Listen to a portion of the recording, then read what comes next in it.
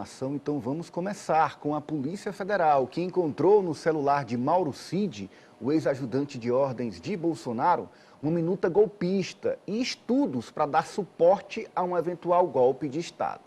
O celular tinha uma minuta para a decretação da GLO, a garantia da lei e da ordem, e permite ao presidente convocar as Forças Armadas em situações de perturbação da ordem. Os documentos estavam em mensagens trocadas entre Mauro Cid e o sargento Luiz Marcos dos Reis, que foi preso na operação que investiga fraude nos cartões de vacinação. Além da minuta do golpe, Cid e Reis estavam ali discutindo como convencer autoridades do Exército a aderir e colaborar com a GLO, colaborar com o golpe. Ontem, Mauro Cid esteve na sede da PF em Brasília para depor. No entanto, resolveu ficar calado. Começo com você, Marta Santos. Tem 2 pontos que me chamam bastante a atenção. Primeiro, essa estratégia do Mauro Cid. Fica calado, não se posiciona, não esclarece e não entrega Bolsonaro. E tem outro ponto também que me chama a atenção. A gente lembra que o Mauro Cid tinha acesso ao cartão de vacinação do Bolsonaro, ao Conect SUS, lidava ali com as particularidades do ex-presidente. Com esse avançar da investigação, dá para ainda acreditar que Bolsonaro não sabia de nada?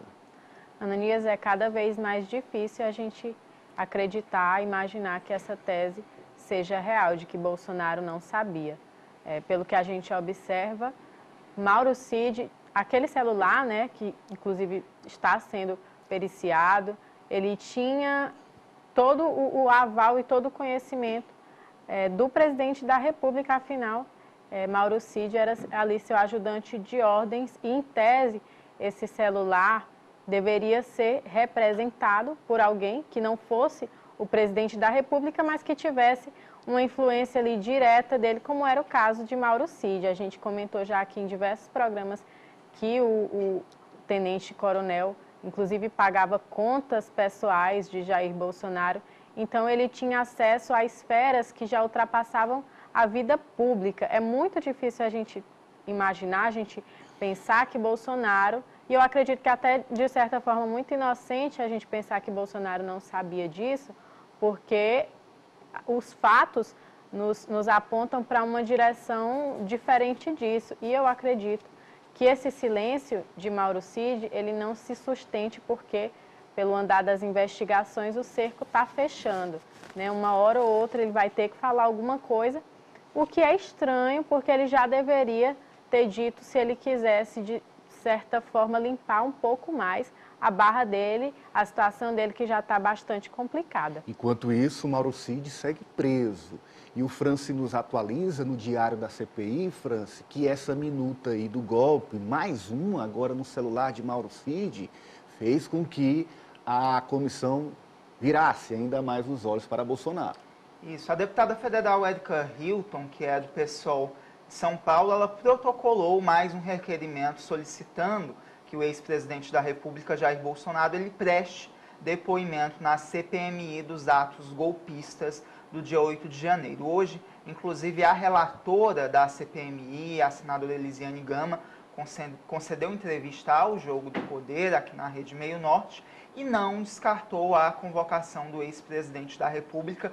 Tudo vai depender de como essa investigação vai se destrinchar na Comissão Parlamentar Mista de Inquérito. No entanto, Ananias, essa minuta do golpe encontrada no celular de um auxiliar tão próximo do ex-presidente da República já subsidia esse movimento de aliados do presidente Lula e opositores ao ex-presidente Jair Bolsonaro para que ele preste esclarecimentos, porque não era um aliado qualquer, era o ex-ajudante de ordens do ex-presidente Jair Bolsonaro e considerado um braço direito dele. Então, a CPI, alguns parlamentares já encampam esse movimento para que ele sim seja convocado a comparecer na comissão parlamentar. No caso é convite, né? É porque é majoritário entre os juristas que uma CPI não tem assim, a legitimidade de convocar presidente ou ex-presidente. Convite, sim. Convocação, não. Me permita, Nani, só comentando que essa outra minuta, conforme você explicou claramente, ela era para legitimar o golpe depois dele dado, né? Aquela primeira minuta encontrada com Anderson Torres era para dar o golpe. E agora era para estruturar a permanência, a continuidade do golpe. É disso que se tratava o que estava no celular do Mauro Cid. E se o Mauro Cid se cala, o celular dele grita. Se o Mauro Cid, coronel Mauro Cid, se cala, o celular dele grita. E mais um detalhe. O coronel Mauro Cid, ele é visto nos ciclos bolsonaristas como alguém que é capaz de fazer formulações, né? De fazer um pensamento estratégico. Portanto, não é de se admirar que justamente seja no celular dele que essa nova minuta tenha sido encontrada. E mais, muito provavelmente, outras provas devem estar armazenadas e é possível que no decorrer aí do tempo, a população tome conhecimento. Muito bem. Tá aí, Osmando. Olha, atos preparatórios configurados, inclusive para a Polícia Federal, na investigação que a Polícia Federal já tem, que é mais amplo do que a gente sabe até agora.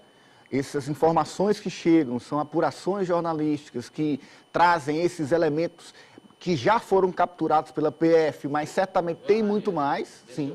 Desculpa me interromper. Por exemplo, só vazou essa minuta agora porque o Alexandre de Moraes foi instado, porque a Polícia Federal pediu que o ministro Alexandre de Moraes autorizasse um novo depoimento do Mauro Cid. Sim.